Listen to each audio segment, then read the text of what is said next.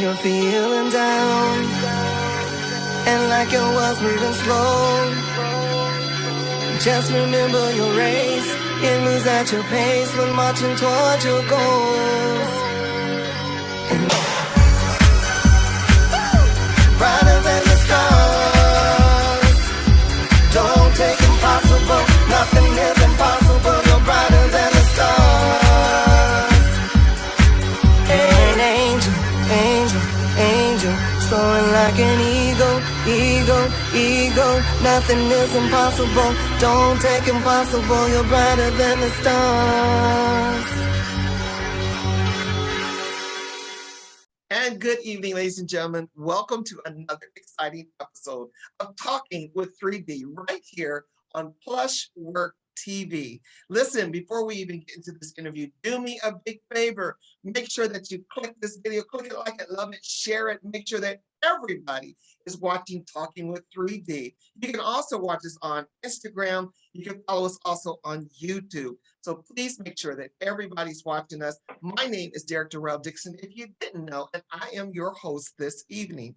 So we have two exciting guests with me today, and I am so excited to interview them. It's such a pleasure to know Abu, Arissia. Thank you for joining me also this evening. So how are you both doing? Thank you for coming on Talking with 3D.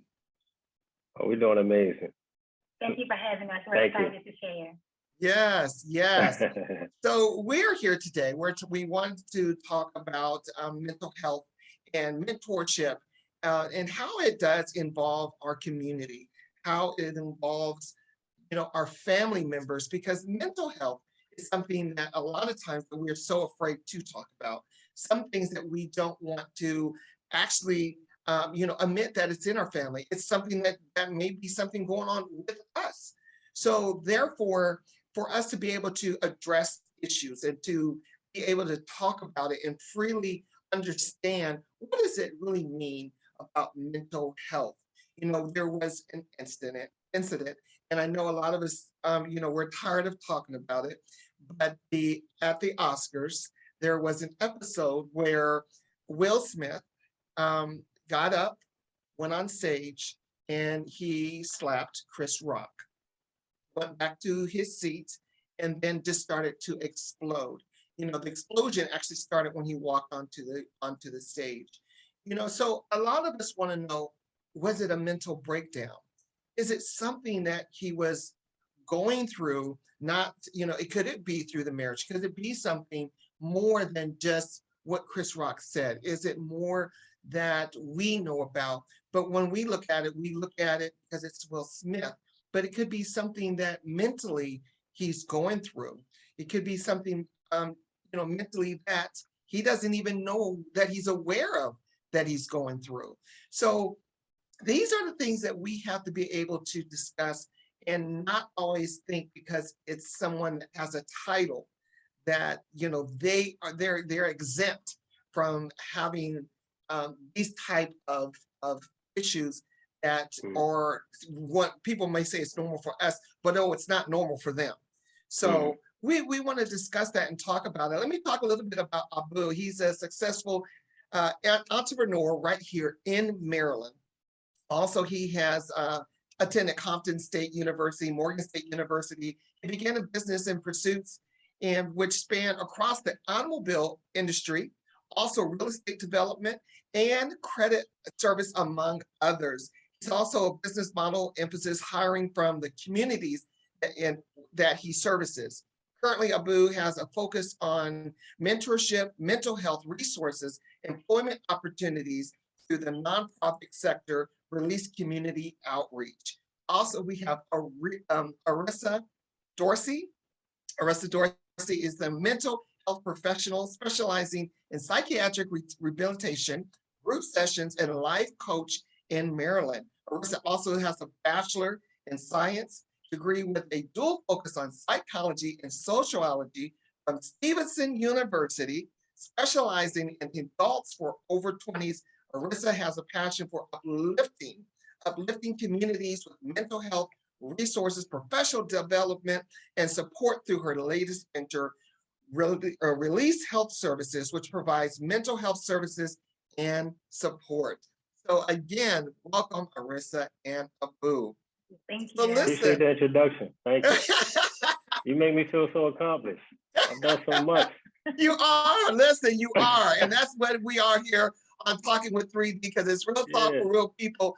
And it's Real talk. you know, my job is to, you know, we have to get the information out to the community. There's so many times that, especially in the Black and Brown community, that we are afraid to share this information.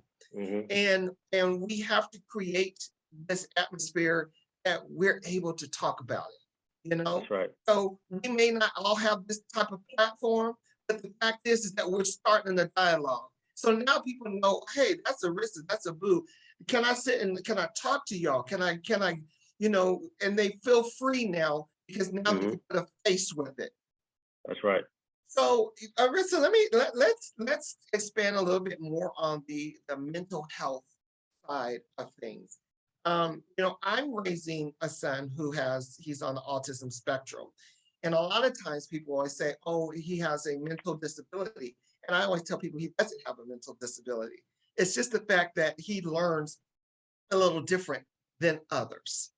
But I always try to put it, separate it from a mental disability. So when we do say mental health, what does that actually mean? Who does that actually target? So whenever we're talking about any type of mental health functionality, we're basically talking about, do you have the regulatory systems in place? Do you have the effective coping skills and mechanisms to be able to regulate your mood?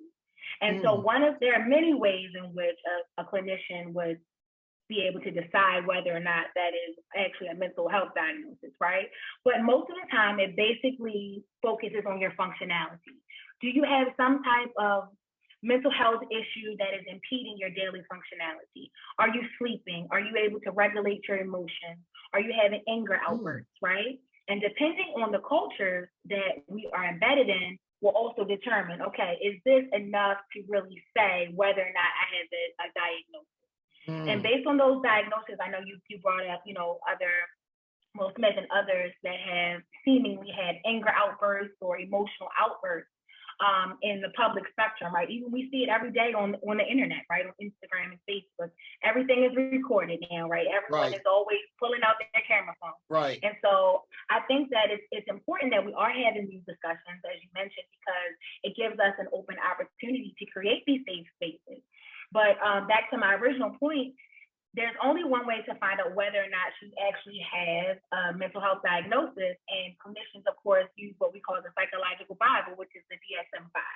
And based on that, it shows a myriad of mental health issues, and each mental health issue is literally itemized, right? Are you able to do this? Are you able to do that? If so, if you're having these type of impairments, how often, how frequently are they occurring, right?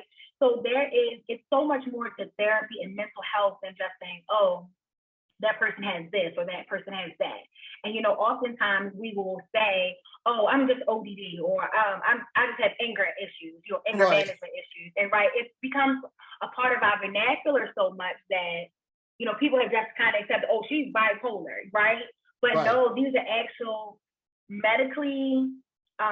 medical diagnosis, right? That we can actually empirically look at to determine whether or not someone actually has a mental health diagnosis. Wow. Now see that right there and then it makes you want to pull out a pen and a pad to be like, okay, let me start checking some things off.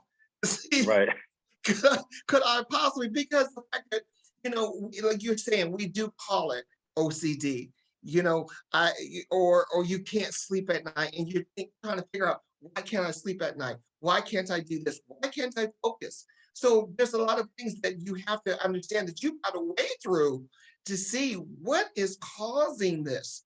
What is the psyche that I'm going through that I can't process? And a lot of times we don't want to admit that we're going through some mental issues in our life, especially in the Black community. We are told we don't discuss those things. Oh yeah. We don't see psychiatrists. You know, we're supposed to go to the church. And ain't nothing wrong with going to the church. You know, I believe in prayer and all that. I'm truly, but we're believe take it to the church. But a lot of times, if you don't even understand why you even taking it to the church and really dealing with what's going on here, then you're messed up. You're truly messed up. And thank you for saying that, because oftentimes we have to identify the onset, what we call the onset. When did it first begin, right? When did you start having a depressed mood? When did you lose your appetite, right? When did you lose, you know, your zeal for life? And oftentimes that's a part of the assessment process, right? When we're trying to determine, okay, is it situational? You know, for example, did someone very close to me just pass away and I need to go through some type of grief counseling? Or is this much deeper? Is it much, you know, embedded in my childhood trauma? You know, and so those are the things that a clinician can guide you through in the assessment process to be able to direct you. And I'm glad that you brought that point up with psychiatrists. You know, as you know, psychiatrists prescribe medicine, right? They are a medical doctor and they are licensed to be able to prescribe psychotropic medicine, right? So any type of anxiety medications or depression medications, right? Things that actually deal with the chemistry in the brain. And so one thing I like to tell my clients is that you don't have to have medication be a part of your treatment plan. Right. Because any good clinician wants to involve the client in determining what they want to do for their process. So for example, therapy obviously is a great way to start, right? So you go in, you meet with a clinician, you may identify, you know, I'm having a really hard time, I can't seem to quote unquote snap out of it, right? I think I need to see someone. Or maybe a loved one, you know, if maybe you have a supportive loved one who says, listen, I really think, you know, it's been 6 months, maybe we should sit down and talk to someone, right? But oftentimes what we see is a crisis develop, right? Something happens, right? There's an emotional outburst, an anger outburst, right? You lose your house, you know, because you can't get out of the bed and you can't go to work, right? Oftentimes something dramatic or chaotic happens where people have no choice but to get help in order to move forward. So a part of our process is, like you said, destigmatizing the fact that, yes, everyone needs help, right? Everyone needs a supportive person. Right. But therapy is so important because it's the next step to just calling up a friend, right? It is a process by which, a scientific process by which we can determine whether or not you are having emotional needs that need a little bit more management. And a therapist helps you with the management of that psychological symptom. Got you. So, Abu, you work with the Release Community Outreach. Yeah. So with the Release Community Outreach, who does that affect? What does that look like for the community? Well, first, what I would like to do is I would like to kind of explain how I got to even coming up with this concept and this idea. Okay. So I want you and the listeners to kind of know my story, because it'll kind of tie in to the community outreach. It'll also tie into what me and Arissia are doing together, because she is my partner. But just to kind of go back into my background, I came up in a very structured household, two parents, they both working class parents, sent me to private school my entire life, and went to Baltimore Polytechnic Institute. And the community that I was brought up in is called Emerson Village. And the area that I was raised in, the community was homeowners. There was really not much drug activity going on in the community. And around 88, between 88 and 90, hey, wait till I help you.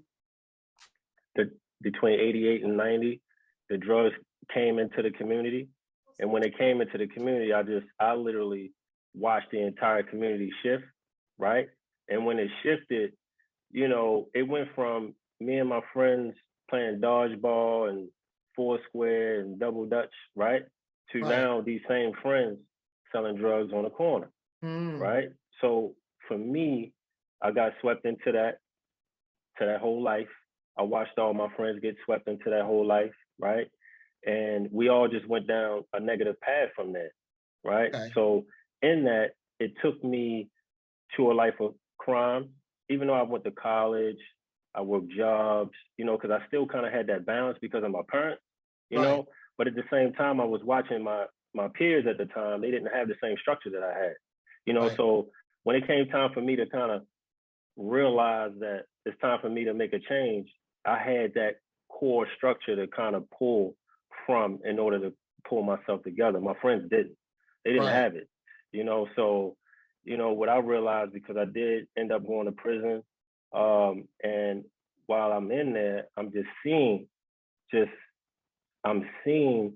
the need for mental health like everywhere, right? And I'm saying to myself while I'm in there, at this particular time, I'm not involved with mental health at all. But I'm seeing guys that clearly have mental issues, and I'm saying to myself, wow, this guy needed some help. You know what I mean? He shouldn't even be in here. Like, what is going on, you know?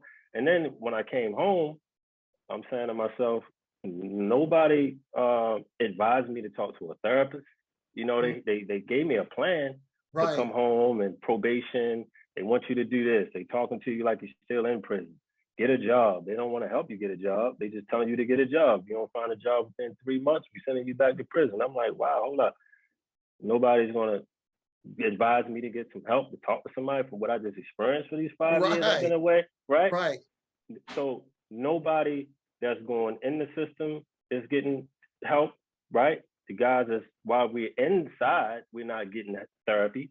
And when we come out, we're not getting therapy. So that's what led me to this place of, you know, wanting to reduce recidivism, right? Because a lot of my friends, I see them come home, they go right back in, right? They're not getting the help that they need.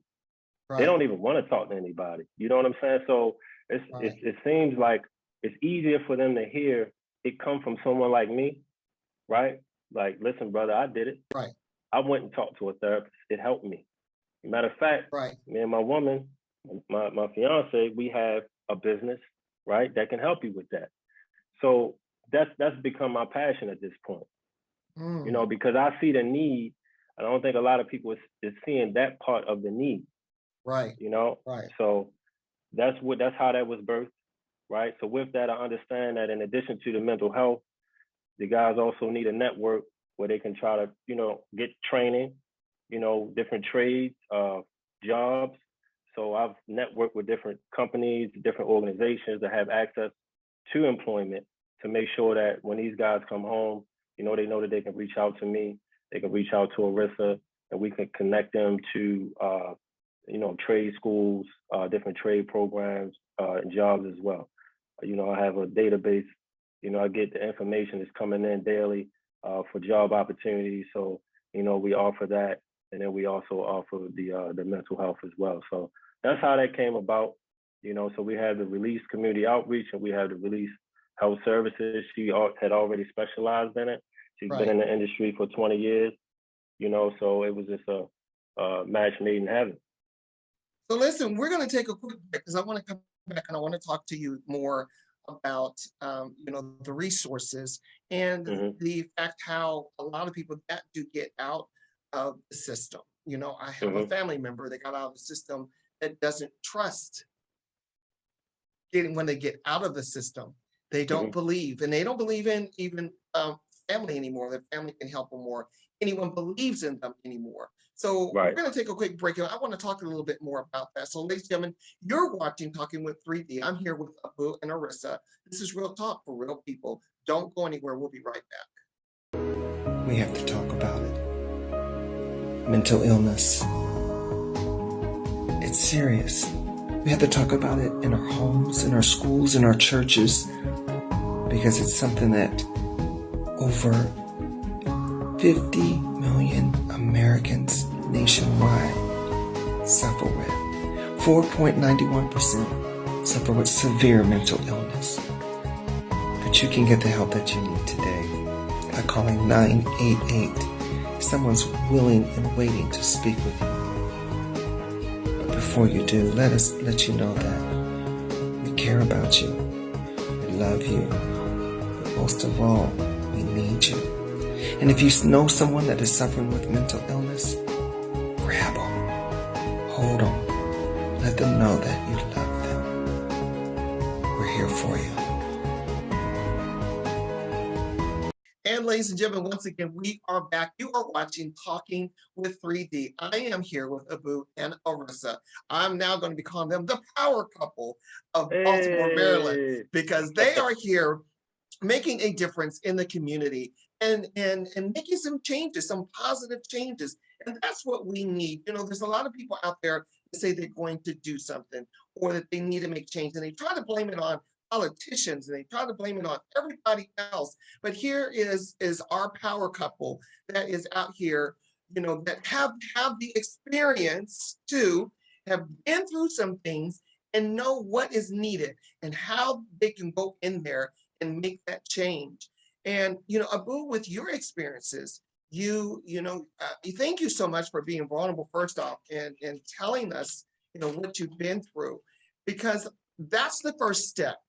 Because people want to hear, you know, I have not had that experience. So for me to say, hey, you need to do this, A, B, and C, you ain't been through what I've been through. You ain't been on drugs. You haven't been an alcoholic. So how can you tell me, you know, and I always have been like that. I can't, you know, I can try to guide you. Hopefully I can get you to someone that can get you some help. But here is someone, you know, ladies and gentlemen, that you are hearing. And another thing I want you to say is that, oh, because he's been through it, now he thinks he know everything. You know, that's another side that people go through.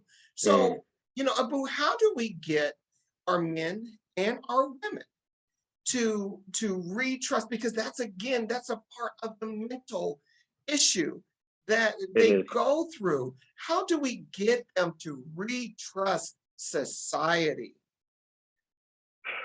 That's a good question. And the answer to that is the people who have gone through it have to step up and take on the responsibility to reach back and pull the people back, right? Because, you know, we have our own language, we have our own culture. So when someone who has been to prison, right, when they talk to me, they know, oh, he been where I've been. I know the language. I can speak it, like, you know, from A to Z, I can speak it. And they know that I'm real about it. You know, I'm not doing this for show, you know, and I have a group of guys with me. It's not just me. You know, I like to call them ambassadors, but these are my brothers. So all of my brothers, you know, we like to call out, let me not give myself a title, right? Let me not do that. Let me not do that. But the guys that come from the street, they respect those who they consider to be OGs, right? So the OGs are the ones who have been through this, right? Okay. Older guys, they've experienced it. We're no longer living that life anymore, right? It's our responsibility, because the younger generation, they will listen to us. Right? They will listen to us. They listening to us to either do the right thing or the wrong thing. We have the power to influence. I've influenced guys my entire life to do the wrong thing. I've also influenced to do the right thing. So I know that God has blessed me to be a leader in that regard. So I understand what my power is. I know what my gift is. So I don't have a choice in this matter. So there's other guys like me, right? We recognize each other when we see each other. We know. So they understand what I'm trying to do as well. So I'll pull them up and I'll let them know. I said, listen, this is what I'm doing. And they write on whatever you need me to do, whatever you need me to do. And I know that these are the guys who have the voice and they'll have the ear to the people who need to hear it. You know what I'm saying? So if there's anybody that you may have, a relative, if you get me on the phone with them, let me talk to them. I'll pull up on them. They're going to know. And then I'll bring them around my guys. They're going to know. I'm around some real men right here. They want to feel that they're around real men. And that's what you're going to get. But the wisdom that we're going to give you is like, listen, we've been there. That's not where it's at. You see what we doing, we all successful. My guys got trucking companies. My guys got real estate companies. I got guys that's in the mental health. I got guys that's in so many different things that have been what you would call successful on both sides. We've been successful on what you're doing. And I'm telling you where it leads. It leads you here or here, prison or death. So would you rather live, go to prison, or die? I'm giving you the option to live. And this is what you got to do. We have the blueprint for it because 50 to 60 years old. We've done it already. That's There's nothing new going on. You know what I'm saying? So that's what we have to do. We have to speak to the people who need the information, right? So in me structuring the program to, once I get them in, the program is structured for them. When you come in, you coming in and you talking to other guys. We're gonna keep you with us, and we're gonna have a list of job opportunities for you. You don't have to go out there and just be beating the pavement trying to find a job. I have maybe 10 companies right now that's hiring people that's felon right now. I'm not talking about small companies. I'm talking about Coca-Cola, H&S Bakery, Fritos, all of these companies. And I have direct links, direct emails, people to contact. You understand? So when they come, you say, look, this is what we have for you. Whenever you feeling what we call that itch, because that's what we call it, it's an itch. When you come home and you've been a guy that's been in the street or whatever it was, you get an itch. Even if you was a guy that was getting high, it's still an itch, right? When you get the itch, you call one of us. Call one of us. Don't just sit with it, because we understand. Right. I tell them all, call me. If you're thinking about going back to that old life, call me. I'm going to talk to you, and I'm not going to talk down on you, because I understand the itch. I get it, brother. Right. Wow. But this is what you need to do. I'm telling you, just stick with me. Matter of fact, where you at? I'm going to pull up on you right now. I'm going to come get you. We're going to ride. You understand what I'm saying? So that's what I'm saying when I say the language and the culture. There is a language and a culture that we all understand. So if someone that does not speak the language tries to communicate with them, they're not going to hear it. That's right. It's not even going to resonate. You know what I'm saying? So that's why, if there's anybody, any of your listeners that have a family member, anybody, I mean, most families have someone that's either in prison right now or on probation right now, or have been to prison and off probation, but they got a felony and they can't get a good job or whatever. I mean, and we all have a family member that even if you haven't been there, that you have the I had to say the tendencies, but you have characteristics of headed that way. Correct. We want to catch them too, though. We want to catch them too. I don't want to wait until they went in and they come home. I want to catch them too. Yes, we have to get them before. So let me ask you this. We have a lot of parents that have children that deal with a lot of mental issues. And the parents don't have the support that they need in order to help their children. And I see this a lot where our especially our mothers, because a lot of times, and it's sad to say, but a lot of times our fathers have checked out and don't want to deal with the issue. And a mother is more of a nurturer, and she's going to do what she has to do for her children, regardless if it's a male or a female. How does that, and we're going to say mother and father, get the support that they need for their child that has some type of mental issue? And a lot of times they're in the school system and they do not know how to get the right services that they need for their child.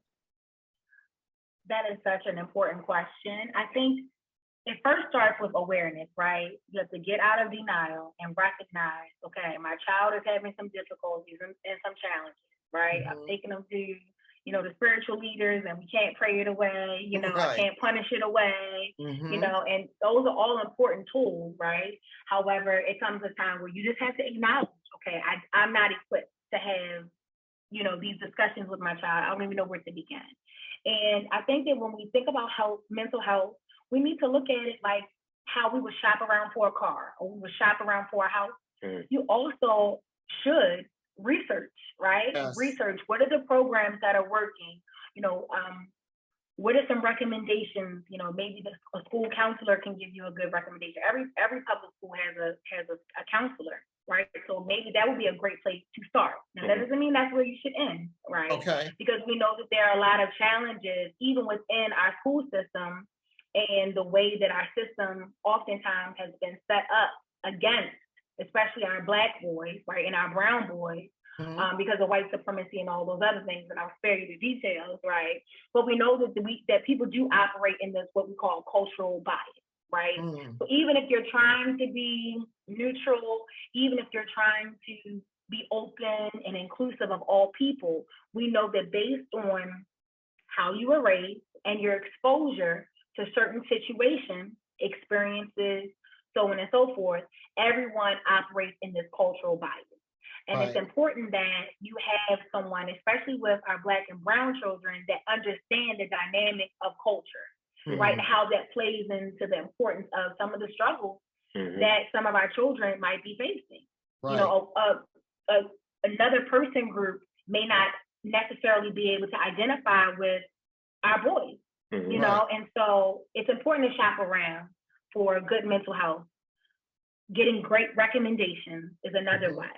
And also that stigma, here we go again, right? Accepting that, okay, my child may be having a problem and that's okay. Right. And that's okay. And I'm not equipped. So the same way if your child was diagnosed with cancer, you wouldn't say, oh no, my child doesn't have cancer. Would you know? You would take them to an oncologist. That's and it's the same approach. We should look at mental health in the same way. That's right. My child is sick anyway. Let me provide the support and the services so that they can get the help that they need. Listen, we're going to take one more quick break and then we're going to be right back. We are here with Abu and Arissia, and we're talking about mental health issues and just the right way to go about getting the assistance and the help that we need. I want to come back, Arissia, and I want to talk a little bit more about being a life coach and what that means to people and how they can get the service that they need from a life coach. So ladies and gentlemen, don't go anywhere. You are again watching Talking with 3D, because this is real talk for real people. We'll be right back. Listen, I had to stop scratching everybody else's back, because when mine itched, I had to back up against the wall. It's okay to say no. It's okay to put you first. No is the most powerful word as long as we use it in the right way. Not to harm, not to hurt, but to bring you up. Give you what you need, the strength and the power. It's okay to say no. Put you first. Love you first. It's all about you. And ladies and gentlemen, we are back once again. You are watching Talking with 3D. I am here with Abu and Arissia. Before we left, Arissia, I wanted to talk about what it is having a life coach. What is that experience about, and how does it differ from psychiatrist and life coach? Good question, Yeah, man. that's an awesome question. Yeah. So a life coach is basically a personal confidant, a personal guide, and everyone's goals are different. So the ways in which you would hire a life coach, as we previously talked about in the last segment, you should shop around, right? Okay. You should get great recommendations. A lot of times, with the internet and people have websites, where they have testimonials and things like that. I found that in mental health, it's always best to go with word of mouth, right? So a lot of the clients that I help, I don't do any advertising. I guess it'll change now, but I don't do any advertising about my life coaching, because life coaching is really a personal walk with your client. And the goals literally differ. I mean, they range from relationships, how can I be a better spouse? How can I be, attract the type of mate that I want, to education? What are some of the ways that I'm stuck, getting out of your way, right? So life coach really you can customize it to what you want it to be. To do what you want it to work for you. Yes, exactly. So you have to customize it to work and make it be for your life benefits. Yeah. Yes. And the difference between a life coach and a clinical therapist or a psychiatrist is it's basically, so if you're a life coach and you have not gone to school, you're not a licensed clinician, you cannot diagnose, right? Okay. So the life coach is not going through an assessment per se, a clinical assessment, I should say, right? They're not going through that saying, okay, what are the issues, what are the problems, and then clinically diagnosing you. But what a life coach will do is they will talk about, what are some of your goals? So in the way that you would have therapeutic goals, you could have life coach goals as well. And like I said, they range from relationships to businesses, ways to lose weight. I mean, really the list just goes on and on. Okay. So I do want to ask this, and because I know a lot of our listeners want to know, because I want to know. Because of course, this is real talk for real people. So, you meet Abu, and this is not to put anybody on the spot or anything like this. But no, this real talk. Come on with it. Come on. Come on. We have to we have to get people to understand life and what people what they go through, how they manage, and relearning to trust people. So you meet Abu, you learn of his story, and Abu, how do you get Arissia to be able to trust you? Arissia, how do you get yourself to trust Abu and to say, you know what, he's not going to go back to doing what he did, and for Abu to say, Arissia, I'm not going back to doing what I did. So as a couple now, how do you work with each other? Because there has to be that mental with each other. Say, can I trust her? Can I trust him?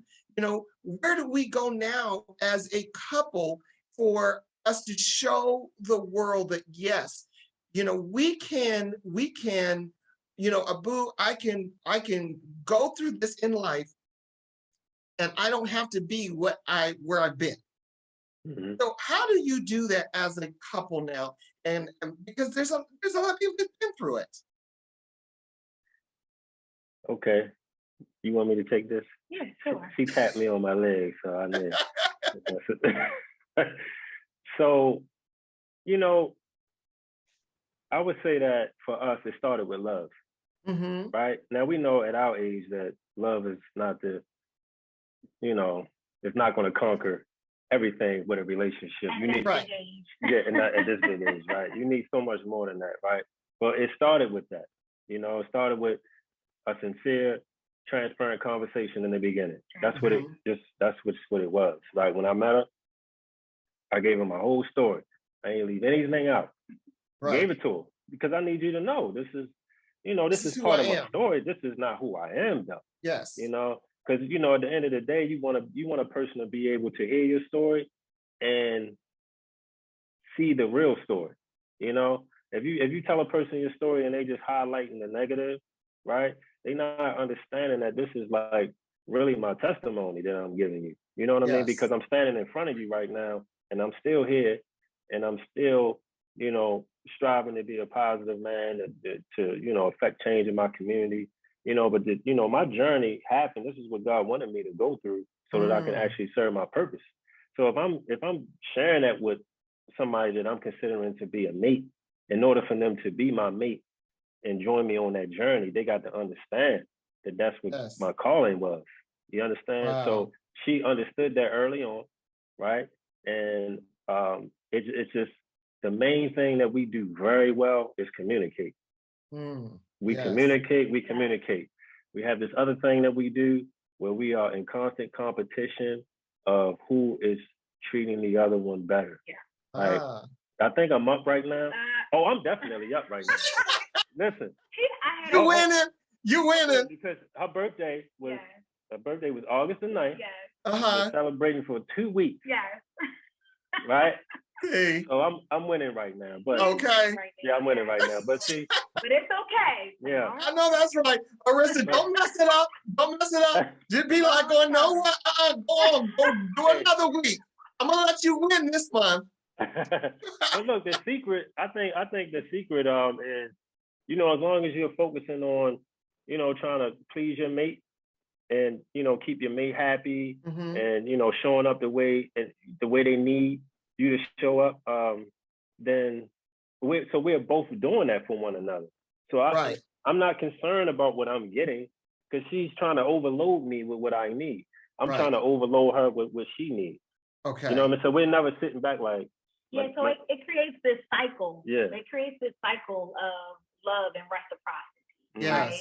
when you're trying to outlove me, and you're focused on your mate, and your mate is focused on you, no one is ever lacking, right? Right. Because you both are pouring into each other. Correct. But the other side of that is what's in your cup, right? Because if you're in a deficit, you can't pour into my cup because nothing is in you, right? That's right. And so it was important for me when I met Abu to see what is in his cup, right?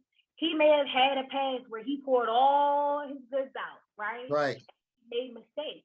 However, when I met him, his cup, he had enough in his cup to pour into me, right? Oh, so come on now. The transparency is important.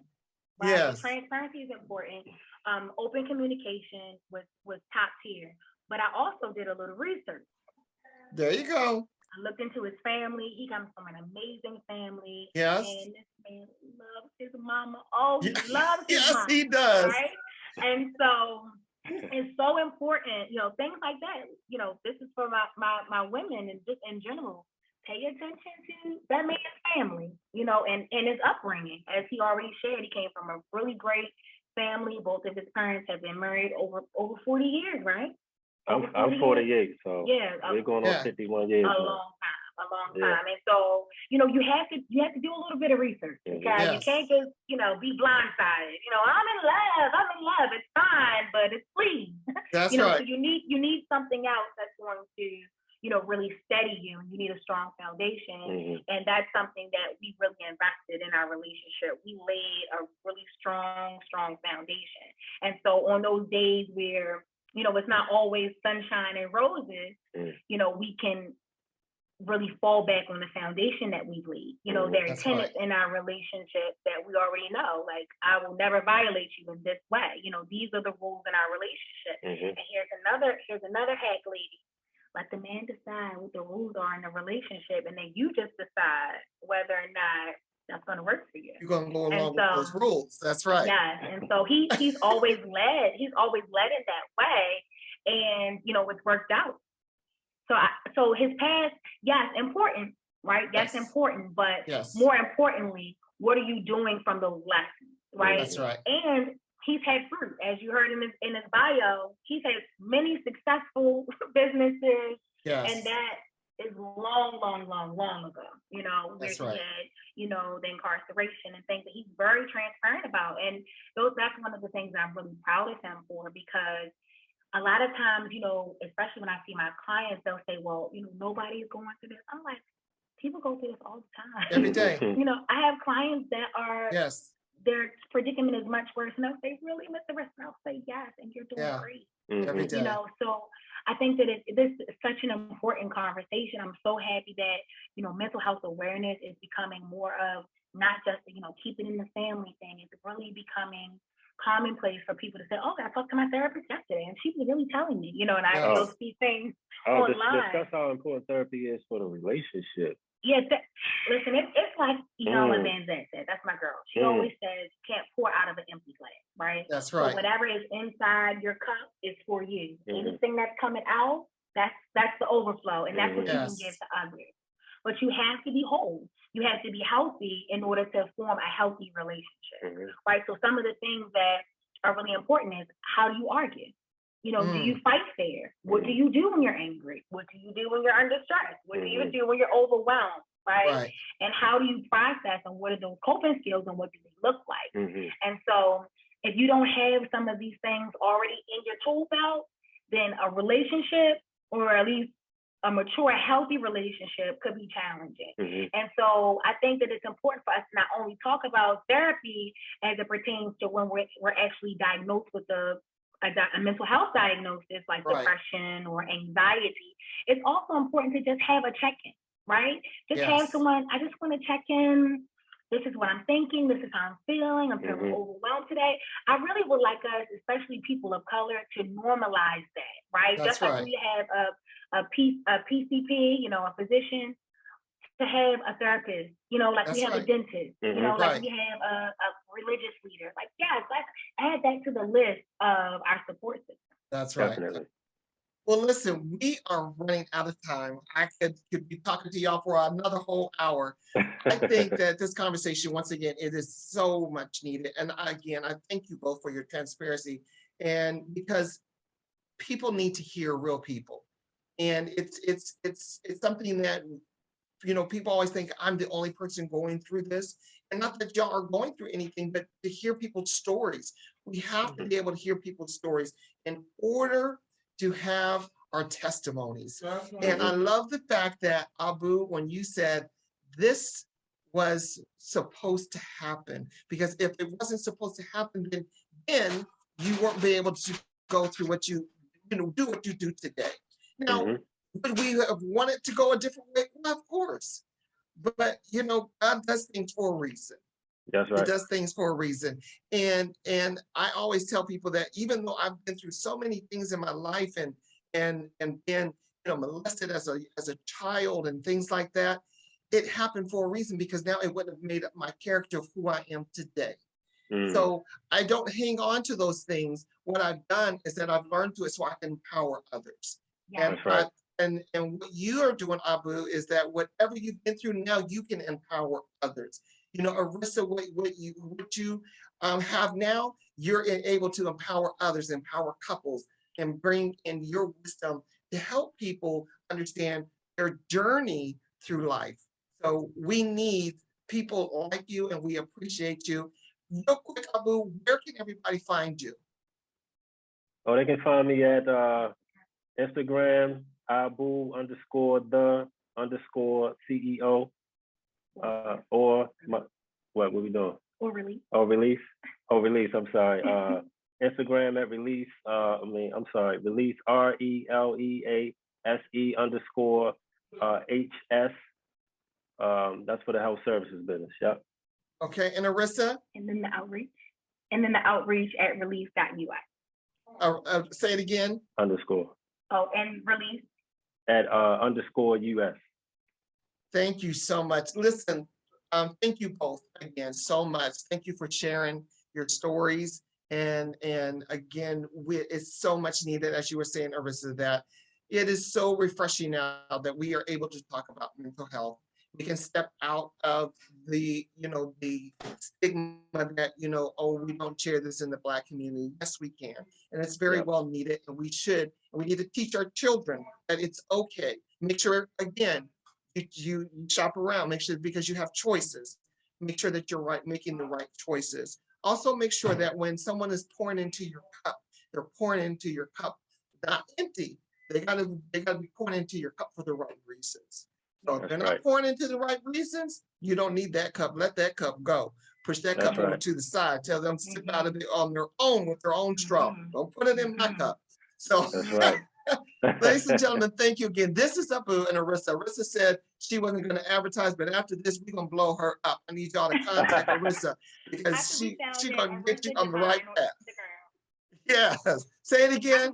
I can be found at Arissia Divine on Instagram. Arissia Divine on Instagram. So we're going to make sure we blow up Arissia, ladies and gentlemen. Hey, this is Black Love. When's the date? The date? Oh, you're going to find out. You're gonna get an invitation as soon as. I'm gonna make sure I'm there. I'm gonna make sure I'm right there. I might even be doing. Look, we're gonna make this big. We're gonna do a red carpet affair there. Oh yeah. It's coming sooner or later. I'm telling you. All right, ladies and gentlemen, thank you so much once again. You are watching. Thank you for having us. Talking with 3D. My name is Derek Terrell Dixon. This is Abu and Arissia. Have a wonderful night. This is Real Talk for Real People. Have a great evening.